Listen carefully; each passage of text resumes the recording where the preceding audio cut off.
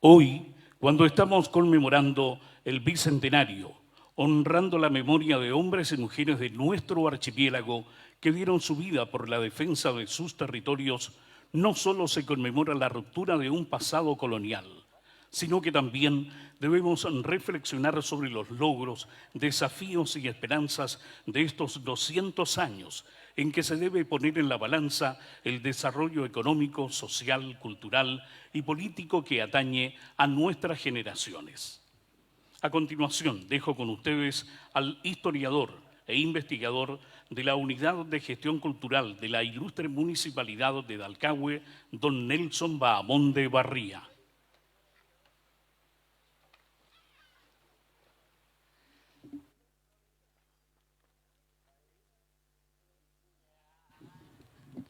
Buenas tardes a todos, buenas tardes a todas las autoridades, a todos los ciudadanos, a todos los chilotes, amantes de la historia, que nos reúne hoy una jornada especial al cumplirse 2 siglos de una tragedia que no se celebra en esta comuna, sino que se conmemora, se trae a la memoria trágicos sucesos que ocurrieron el año 1824. Me ha correspondido tomar la posta que iniciaron hace décadas atrás profesores de esta comuna, que en el año 72 construyeron un monolito en recuerdo de esta tragedia, y un trabajo que vienen haciendo historiadores también de nuestra tierra por más de un siglo, que con pasión, con orgullo, con dedicación han tratado de investigar, de abrir nuevos caminos, hacerse preguntas acerca de nuestro pasado. Y eso ha contribuido a fortalecer la identidad de nuestra gente, junto con las tradiciones que se mantienen vivas. Bueno, hace 2 siglos atrás, un 31 de marzo del año 1824, ya entrado el otoño, desembarcan aquí en Dalcahue casi 1000 soldados, conducidos por Jorge Bouchef. Ellos llegan en el transporte Ceres y la corbeta Chacabuco.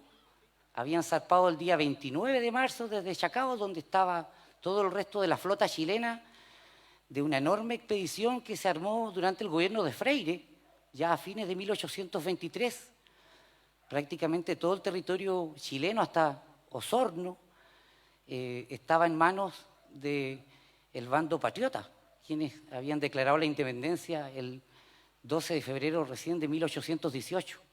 Pero Chiloé se mantenía todavía como la última posesión de los españoles, pero que en realidad era defendida por los mismos isleños, quienes se negaban a romper el juramento que habían hecho cuando habían jurado obediencia y fidelidad a su soberano. Eso habían hecho por siglos.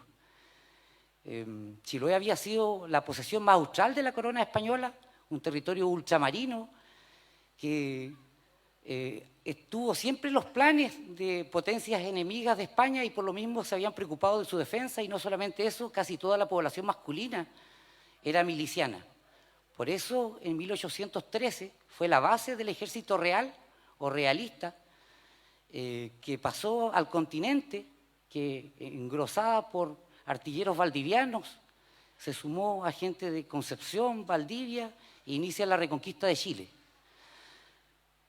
Milicias chilotas continuaron saliendo al continente a defender la causa realista hasta los confines del Virreinato del Perú. Y hacia 1823 ya prácticamente esta provincia era un dolor de cabeza para la naciente república. Era un peligro pensar que desde España se podía enviar una flota y que desde aquí volviera a reconquistar Chile como se había hecho el año 1813-1814. Eso sumado a presiones extranjeras, presiones sobre todo de Bolívar, que indicaba que si Chile no era capaz de conquistar Chiloé, lo haría él mismo, dado que como la provincia de Chiloé dependía del Virreinato del Perú directamente y no desde Santiago, Perú tendría más derechos sobre este archipiélago. Así, desde enero de 1813 comienzan a reunirse tropas en Coquimbo, en Valparaíso, se concentran en Concepción. En la isla Quiriquina se arma un plan de ataque que consistía en entrar con 2.500 soldados, 10 buques, y atacar directamente las fortalezas de Ancud y hacer caer el gobierno. El 1 de marzo zarpa esta tropa desde la isla Quiriquina, pasa por Valdivia a mediados de marzo y ya el 23 de marzo llegan a la boca del canal de Chacao, pero en vez de realizar el plan que estaba organizado, el buque insignia donde iba el director supremo, Ramón Freire, sigue hacia el este y se va a fondear en Pugueñún. El resto de la flota lo sigue, se fondean en la isla Lacao y allí el director supremo plantea un nuevo plan de ataque, que entre otras cosas consistía en enviar un negociador a intimar a Quintanilla a rendirse antes de derramar sangre. Entre otras cosas, el mayor Godoy le indica a Quintanilla que va a ser atacado, si es que no se rinde, por Ancud y por Dalcahue. Eso ocurre el día 25 de marzo. Quintanilla se niega a rendir e inmediatamente manda emisarios a Castro, donde estaba el coronel José Rodríguez Ballesteros, indicando que había que defender este puerto.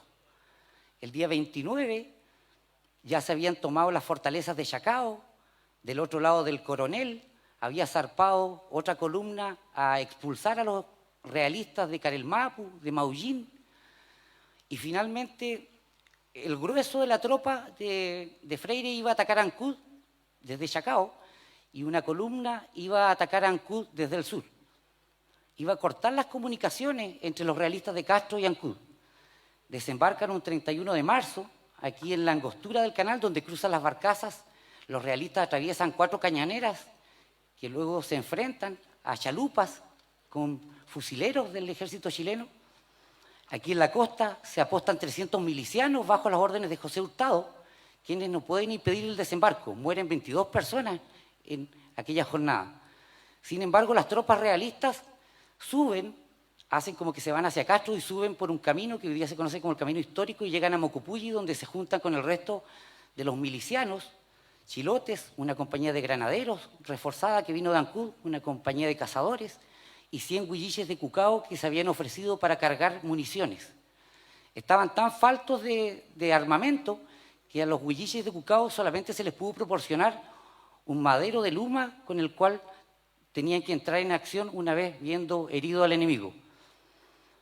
Eso fue lo que ellos planificaron, hacer una emboscada, sabiendo que al día siguiente este ejército que había desembarcado en Dalcahue iba a subir a Mocupulli. Temprano en la mañana del día 1 de abril se pasa revista a la tropa, se reparten 20 cartuchos a cada soldado para hacer las jornadas hasta Ancud. Salen muy temprano y a eso al mediodía llegan a Mocupulli. Almuerzan, escuchan la música de 2 bandas de guerra, eran 2 batallones, el 7 y el 8, más una compañía de granaderos de la Guardia Directorial, que iba adelante en la vanguardia. Pero ellos no sabían que ya estaban a tiro de fusil.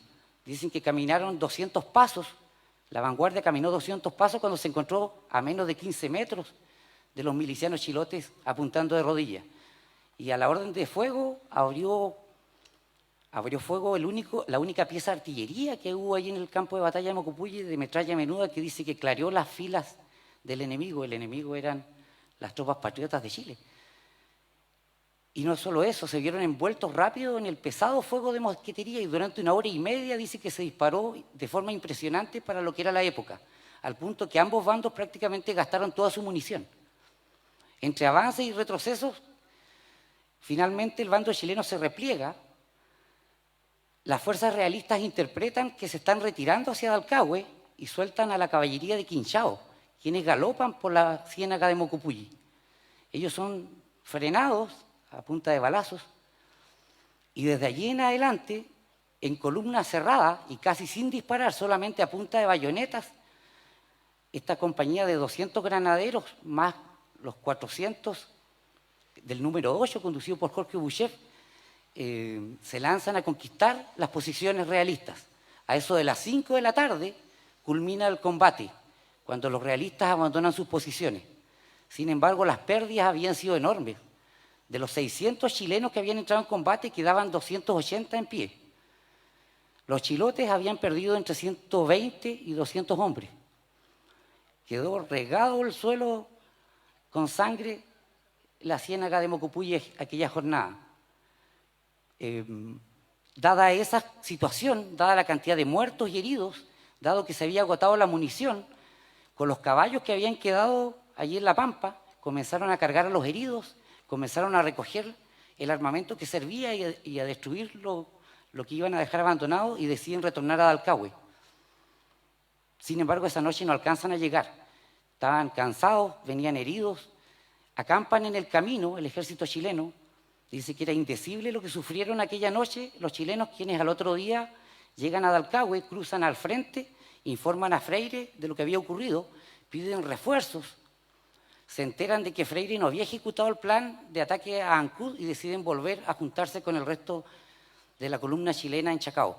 Allá se hace un consejo de guerra y se decide volver cuando se enteran por noticias de Valdivia que viene una flota cruzando el Cabo de Hornos, que viene una flota española hacia Chiloé.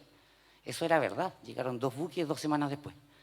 Bueno, a mediados de abril, la escuadra chilena abandona el archipiélago y solo va a retornar 2 años más tarde. Es increíble pensar que este combate no se peleó en Chile, este combate se peleó en España, en una provincia española llamada Chiloé, que 2 años más tarde recién pasó a ser parte de la República de Chile. Allí pelearon parientes, pelearon milicianos, eran gente de campesinos de todo este archipiélago que por primera vez entraban en combate, dado que los soldados chilotes que habían salido a la guerra prácticamente no habían vuelto. Más de 3.000 chilotes habían salido a combatir y no habían vuelto, y se peleó con lo que había. Esa unión les permitió seguir resistiendo un par de años más, y finalmente una tercera expedición, comandada nuevamente por Freire en 1826, puso fin al dominio hispano en estas tierras. Como decía al comienzo, el combate en Mocupulli se conmemora porque lo que allí ocurrió fue una tragedia. Todavía hay más de 300 personas muertas en ese lugar y no hemos encontrado sus restos. Se han encontrado balas, se han encontrado bayonetas, restos de fusil, de sable, que están en los museos y en colecciones de Chiloé. En estos 200 años, en conjunto con el municipio de Dalcahue, con organizaciones culturales, sociales, con las Fuerzas Armadas, con las escuelas, con el apoyo del Ministerio de la Cultura y con el trabajo incansable de un montón de trabajadores del municipio, hemos querido honrar lo que allí ocurrió, la memoria de nuestros antepasados. Ha sido hermoso ver a mi pueblo cómo honra a sus héroes. Así que por eso muchas gracias.